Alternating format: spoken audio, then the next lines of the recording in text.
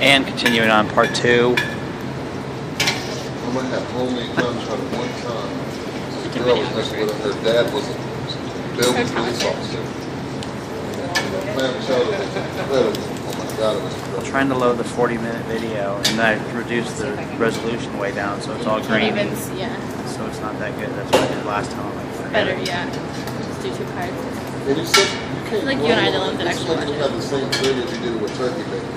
Because my wife doesn't eat pork, so it's hard. Turkey bacon be fine. You think so? Or yeah, I do. Especially if you get like a good turkey bacon. Yes. Another thing, I'm deprived of my pork these days. Alright, so now I'm going to saute these potatoes. Saving your bacon fat for your shrimp later. What's that? Save that bacon fat for the shrimp later to saute. That's what I did.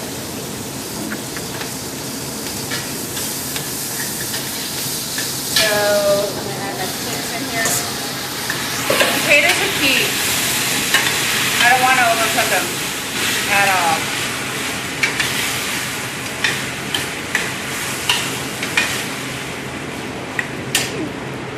So while that is just getting lightly sauteed, this is trash. I don't think it's going to come back. But it's a good example of what happens when it breaks. So this one will just straight. Bless your heart.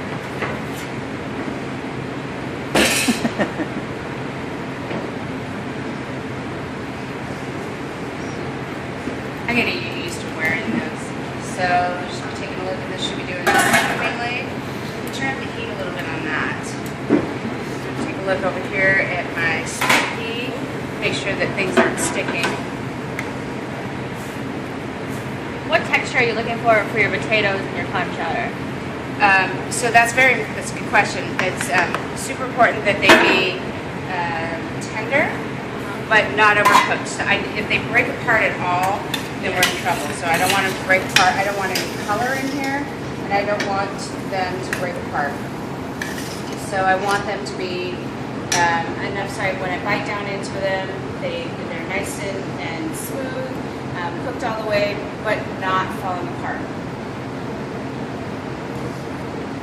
So I have our garnish. We don't put the clams in. So tomorrow you guys are going to have to share some ice. So you can put your protein in there. So your shrimp, your clams, all are going to go in Bisque cups on ice. Just so they don't overcook. So you don't poison me like that. Huh. Okay, another question. For missing out tomorrow, Yes? are we going to No, everybody can do their own. Cool. You gotta learn how to do it. Awesome.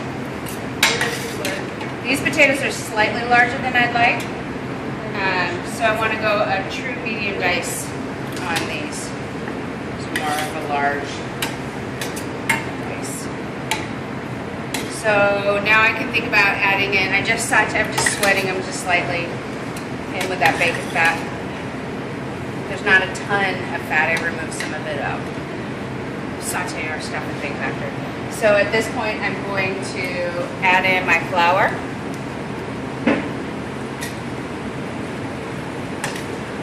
Is that the clam juice back there?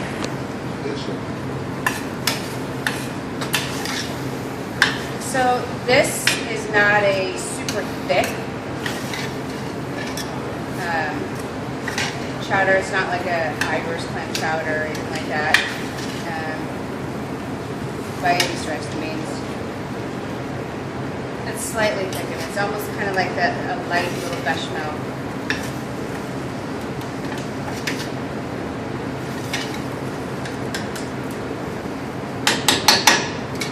Alright, so now that I've done that, I'm going to deglaze with white wine.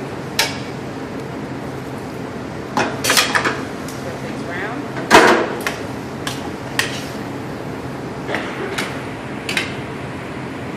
It's important that you go al sec on this white wine here, because you don't want a tart chowder.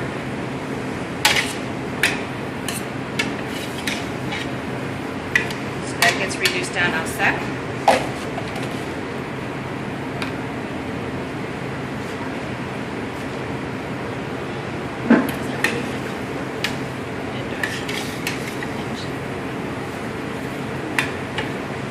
when that's ready to go, we're gonna add in, this is gonna be last because they're already cooked and you don't, although if you put them in now, they're just gonna get rubbery.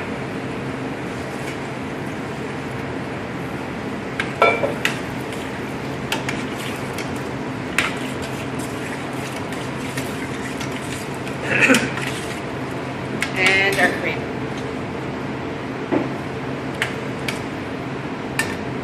Was there a cream for the measured out for the bisque? Yes. Oh, it's over there. Okay. Just checking. Any questions? All right. So take note of the color. It's nice white chowder color, not brown. So I'm going to let this simmer until the potatoes become tender. So off to the side. So I can pull the other ones in front. Alright. That goes away. Depending on how big the potatoes are, that should take maybe like 20 minutes tops. Look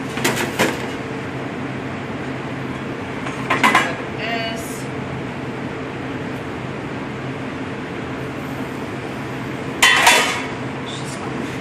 Start to smell pretty good.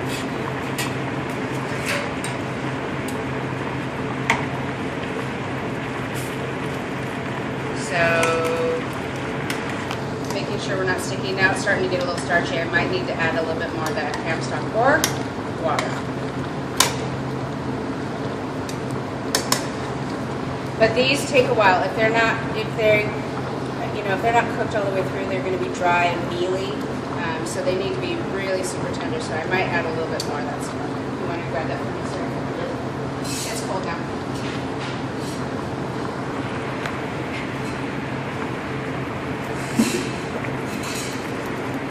And so what I'm going to do is pull this meat out and start trimming it. So I'll put it on the hash browns.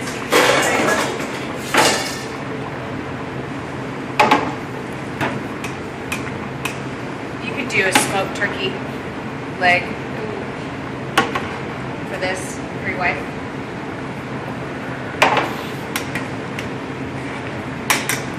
And that wouldn't be terrible. And then just chicken or white stuff like that. For non-pork. And non-pork, yeah.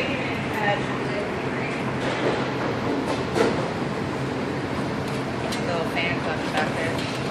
Yeah. Again, this is going to take the longest to do.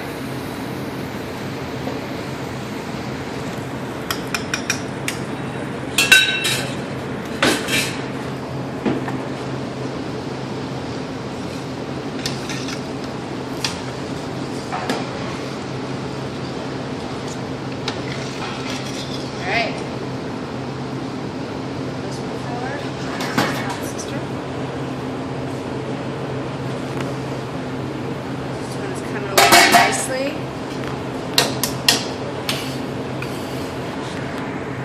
We take the lid off and let it reduce just a little bit. Looking for that rice, and that rice looks really nice and tender. We're coming up on doing rice here shortly. So one of the things that I look for with rice, and a lot of these, so I can show you specifically. Whenever you're doing rice, if you take a look and you push it through, there should be no little white specks, so that's almost perfect. So I'm going to let it reduce just a little bit more, see what it needs, see where we're at with it.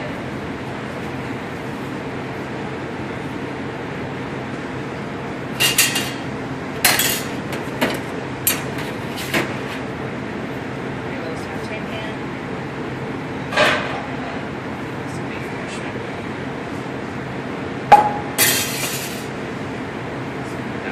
Here, just saute your shrimp. So we're done with this lid. And we're almost done. There we go. Again, this is the one that's going to take the longest. The last one that we do. Use porridge hot. Use porridge cooked. So again, my potatoes, I want them tender. You see that it's not a terribly thick soup. And we measured perfectly, right? Of course. Duh. But if you prefer it thicker, you can make it thicker, right? You could add a little bit more flour initially. On the Irish thing. That still has to get up to 10. So, we're about ready to puree our soup over here.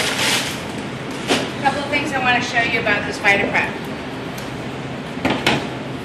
This VitaPrep, so I think Ashley last term cleaned the ceiling, but we inevitably have on our ceiling splatters of all sorts of kinds and stuff and things. So with this one, we always turn it to the off position, to variable, and the speed is at 0. I can't emphasize that. So we're about ready to puree our whole soup up. So what we'll do is put the container on there, and I'm going to go get this.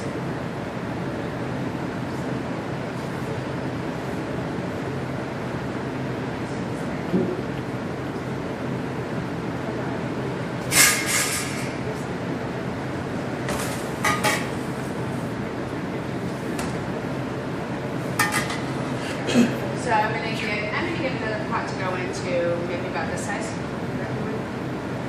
One of the things that I also do when I'm doing this milky soup that I do with most soups is I skim the scum off the top.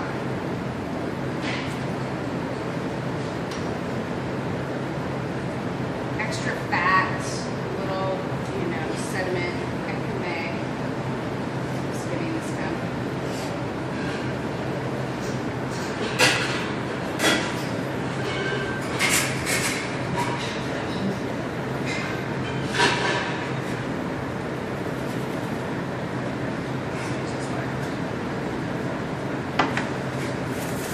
Perfect. So I have my chinois next to me.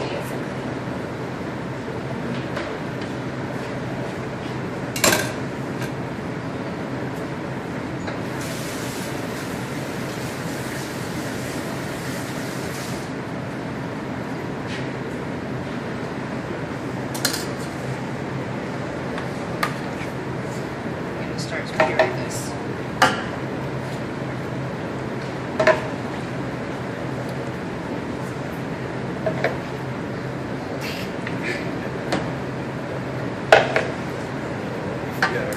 No. Never. Then I go to about that bowl. Always have a dry towel next to you because the majority of these machines are missing the top. So hand on top, right? And I don't go any farther than this because it's the motor of here is just going to make it go. So start off on 0. We'll turn it on. Slowly increase your speed.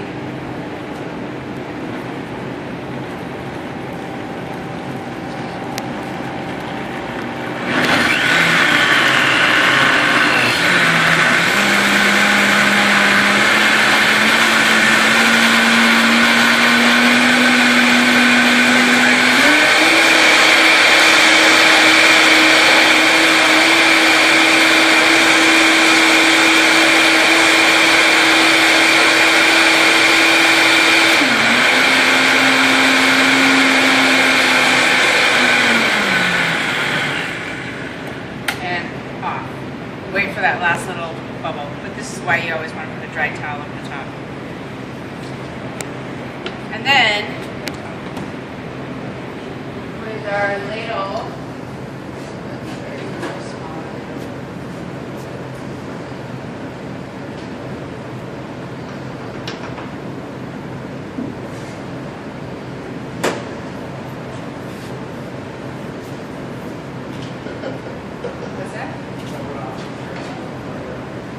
the smaller ladle, you're going to pour this into here.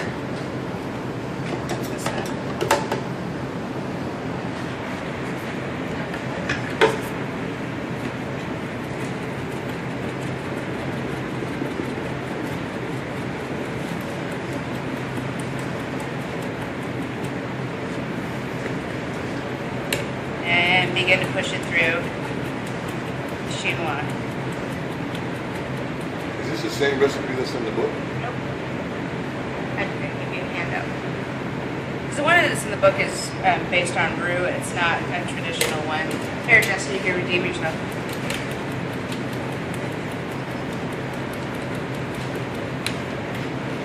Pushing it through like so and tamping it down. Boy's pretty good at this.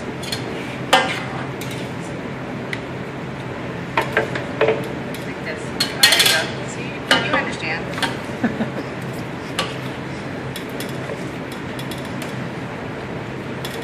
Do the rest of it. And so this one gets finished off with a little bit of cream, butter, and some sauteed shrimp. Ready? So zero.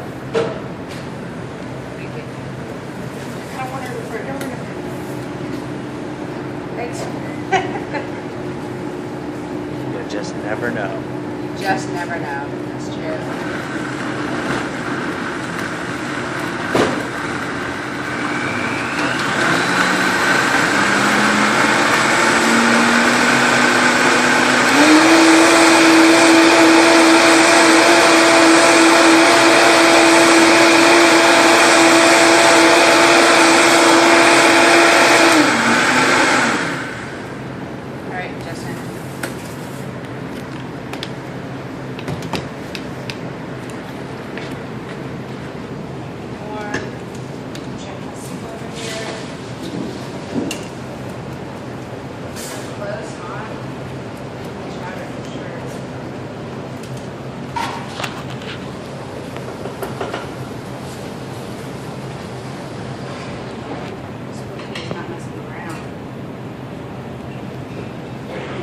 One more batch.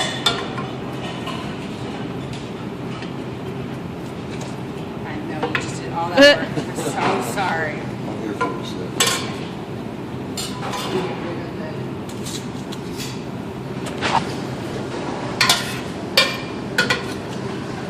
So why don't we put in whole garlic?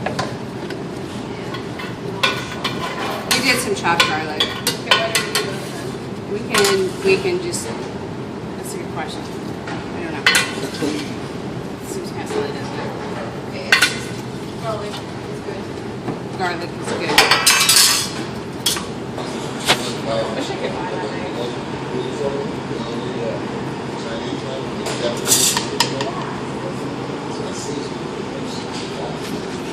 I have to use it on Thursday. It doesn't weigh anything. Yeah. I like my mom's. And then I looked it up on our picture and I found it, which is not the exact same one as he has. These two. And I was like, yeah, Yeah, I wish. no, I like my mom's. And I think hers is only like $100. Yeah, I wanna need mine. Those are perfectly fine, and we can get it sharp. You just need to sharpen them. Yeah. Can you show us how to use the stone? Yeah. I saw Vincente and I was like, Vincente, teach me. He's like, I don't have time. I was like, oh, rude. Who's Vincente? Paula, how about My bowl's back there.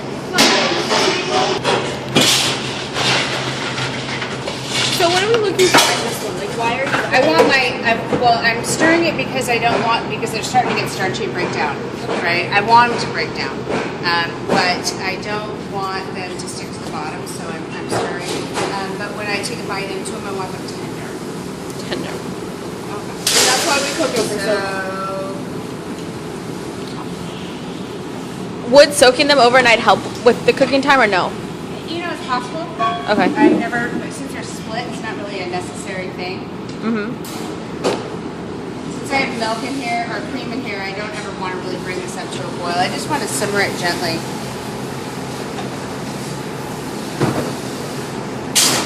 And then this cream is for the bisque. That one's for the bisque. So I'm going to just check. That's all I'm going to check on yours too, is your seasoning, but I'm also just going to check the potato. Oh, okay. So size and texture. So let's finish these two soups so you can taste them. So for garnish, I'm gonna season up some. Tomorrow, are we gonna saute shrimp as well, or are we just gonna? Okay.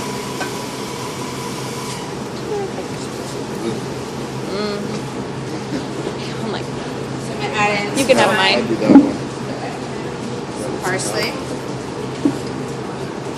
Try yourself this one. I'm gonna get ready to start seasoning that one up. I'm warming this back through. I'm going to add in my hot cream.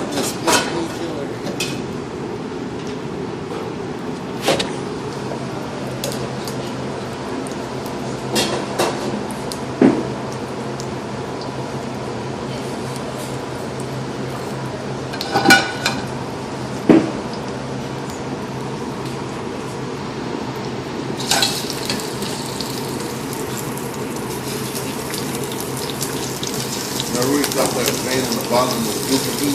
I was like, man, these shrimp, they got forward back distance.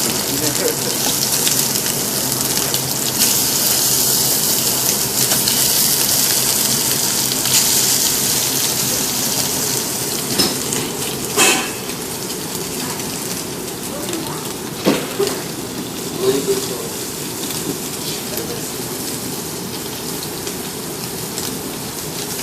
I'm sorry.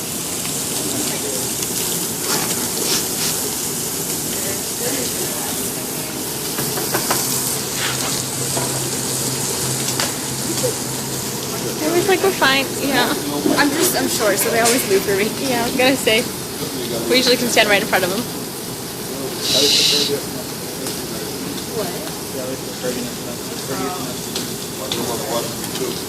We're 22 minutes. Should I start anyway?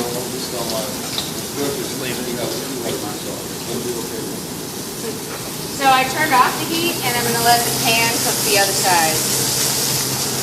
That way they don't get overcooked. Smells so good.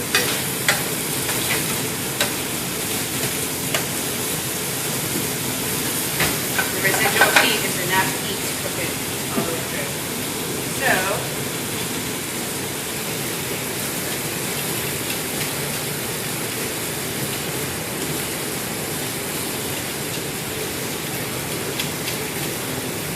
remember it should be able to fall into itself.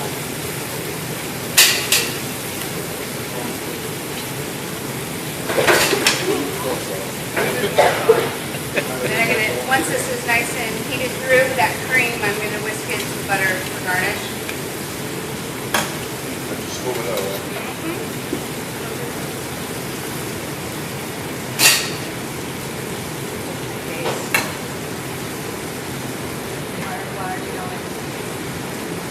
Little tarragon.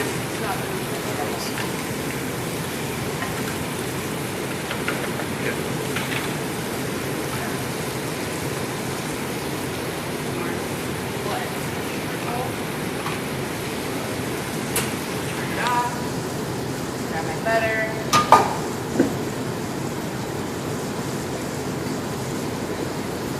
Steam that in.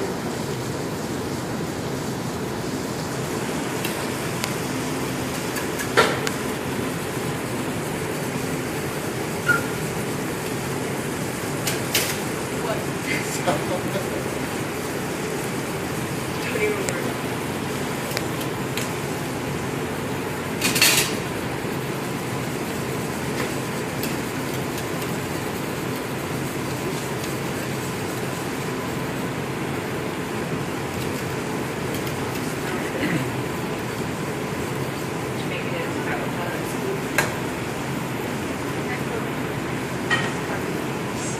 I was wondering, I was because Mike was like, hey, shit, that is right.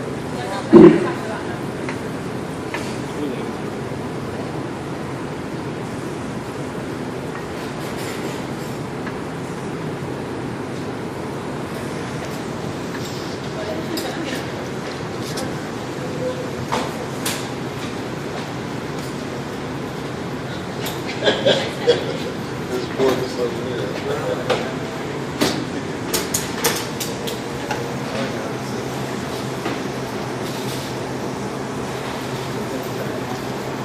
I made enough for everybody to have a shrimp. Otherwise people fight over it. You just need one tomorrow.